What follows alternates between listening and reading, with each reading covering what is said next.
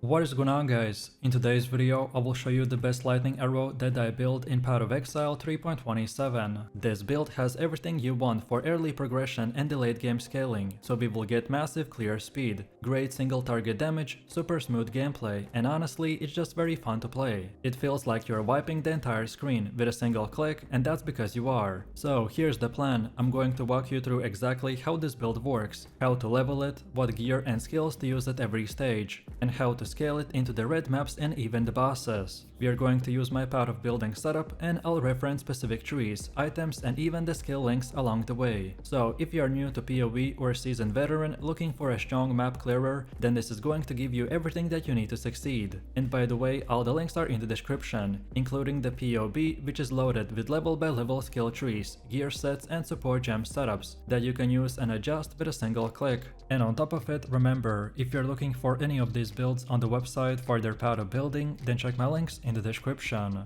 And before we continue, thanks to U4GM, they are a pro website that provides path of exile services like cheap currency, then even to trade all types of top quality items and mirrors and much more. They also have more than 20,000 positive comments on Trustpilot, and this website is really worth a try. So make sure to use my discount code KATE for extra 6% off.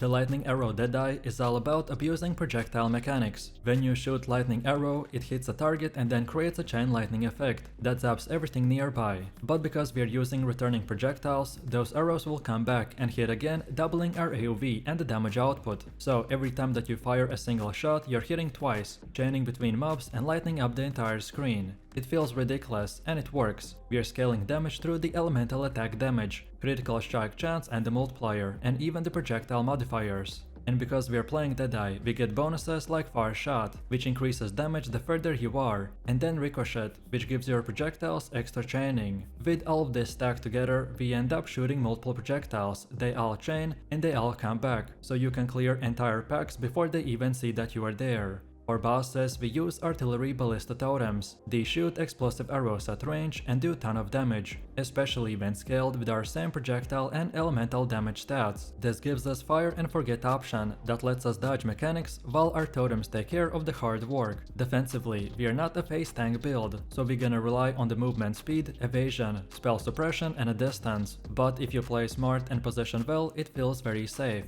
You're rarely in melee range, and your flask and movement skills will give you a ton of uptime and control. Now let's talk about the Ascendancy nodes. You want to start with the Gathering Winds, which grants you Gale 4 stacks and increase your movement speed. This node is a huge boost to mobility, uptime, and overall smoothness of the gameplay. As you move and attack, you will generate Gale 4 stacks that amplify your speed and evasion, which helps you to kite enemies and reposition quickly during boss fights or dense packs. Next, take the Far Shot, which gives you increased projectile damage the further your projectiles travel. Since we are always attacking from a distance, this node is a pure damage boost with no downside. It also scales very well into the endgame, where we are staying mobile and far from the bosses, which is a part of our playstyle. After that, go for the Endless Munitions. This one gives you an additional projectile and bonus projectile damage. The more arrows you fire, the more hits you land, and because we are using returning projectiles, you're effectively doubling that output again. This node really turns up the heat on the map clearing. And lastly, we take Focal Point. This Ascendancy enhances your marked targets, causing them to take more damage and reducing the damage they deal to you. It adds a strong layer of utility and survivability, especially in boss fights. It also helps to scale single target damage much more efficiently when paired with something like the Sniper's Mark or another mark of your choice.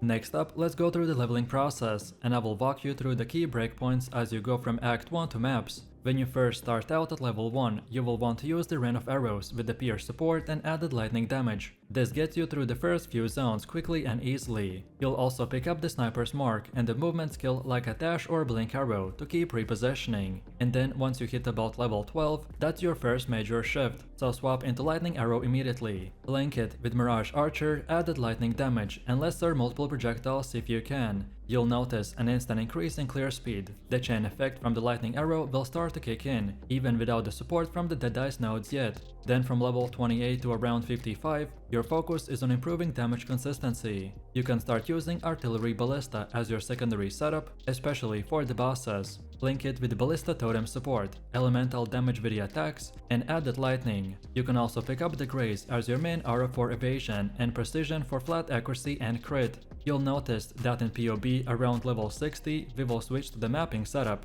where we can start specking into projectile and critical strike nodes. At this point you should also start looking for a decent rare bow. You want something with a high attack speed and flat lightning damage. Even a ticket bow or spine bow will do. However, if you can't find one, then use the essences to roll in. By level 65, you will be ready to transition into the full lightning arrow Deadeye setup, with returning projectiles and the multi-shot clears. Then, once you hit mapping, you will feel that the build starts to shine.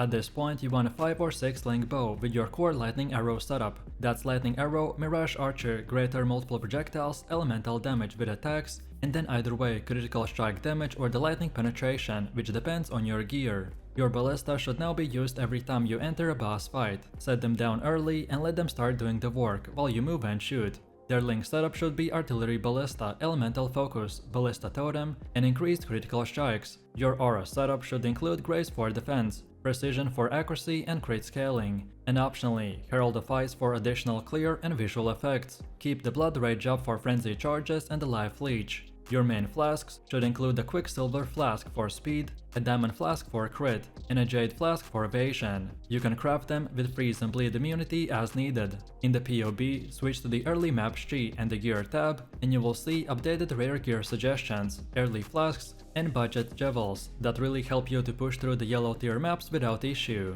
Then by the time you're progressing into the red maps, your priority should shift by improving your bow, getting better crit scaling, and starting to incorporate cluster jewels if you can afford them. Look for a crafted or traded bow with a +1 to lightning or the Sakura gems, increased critical strike chance, flat lightning damage, and a high attack speed. This is where the bulk of your scaling will come from. You should also upgrade your quiver to something with a projectile damage, flat lightning, a critical multiplier, and possibly an additional arrow. Defensively, you want to start reaching full speed suppression and get your evasion rating higher. Make sure that your grace aura is maxed, and consider adding Defiance banner for a little extra evasion and reduced enemy crit chance. Your flasks should be fully crafted with utility effects and immunities, and you may want to add Battle Fade or Dying Sun if you're pushing bosses seriously. The POB under the red map setup will show you all of this in detail, so the optimized skill tree, jewel socket placements, and example gear with necessary fixes.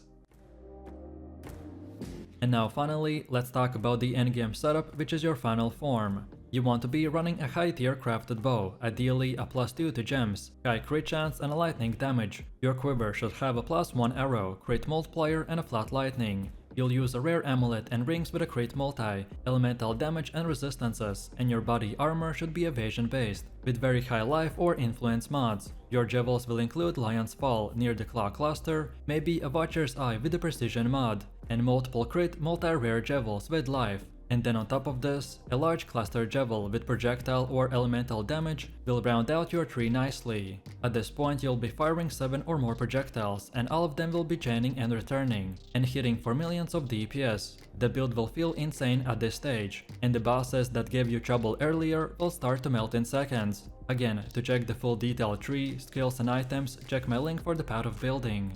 And now finally, let's take a look at the gameplay. With the lightning arrow Deadeye, you're not taking hits, you're dodging, repositioning, and letting your range and the clear speed do the heavy lifting. The core goal is to stay mobile while unleashing very high impact volleys from a distance. Thanks to the far shot mechanic, the farther away you are, the more damage you can deal. So don't stand on top of the enemies. Always be at mid to max screen distance when possible. In maps, clear speed is extremely fluid. Mirage Archer will help maintain pressure while you're repositioning, so you're always doing damage, even when dodging or looting. Then Herald of Ice if you're using it, as a great on-kill AoV to speed up the chain explosions. Then when bossing, Artillery Ballista will become your best friend. Drop 2 before or during the fights to keep the consistent damage going. Then manually attack with the Lightning Arrow to layer your damage. Don't forget to cast the Sniper's Mark, it significantly will boost your single target output. If you have Mark on hit gear, just make sure that it's working properly and refreshing during the long fights. Then the Blood Rage should be active at all times. It not only gives you frenzy charges, but also a bit of sustain through the life gain on hit, which becomes crucial when clearing dense maps. Just manage your chaos resistance, so degeneration does not become a liability. Keep up with your flasks at all times, especially the Jade, Quartz and the Diamond. These will provide evasion,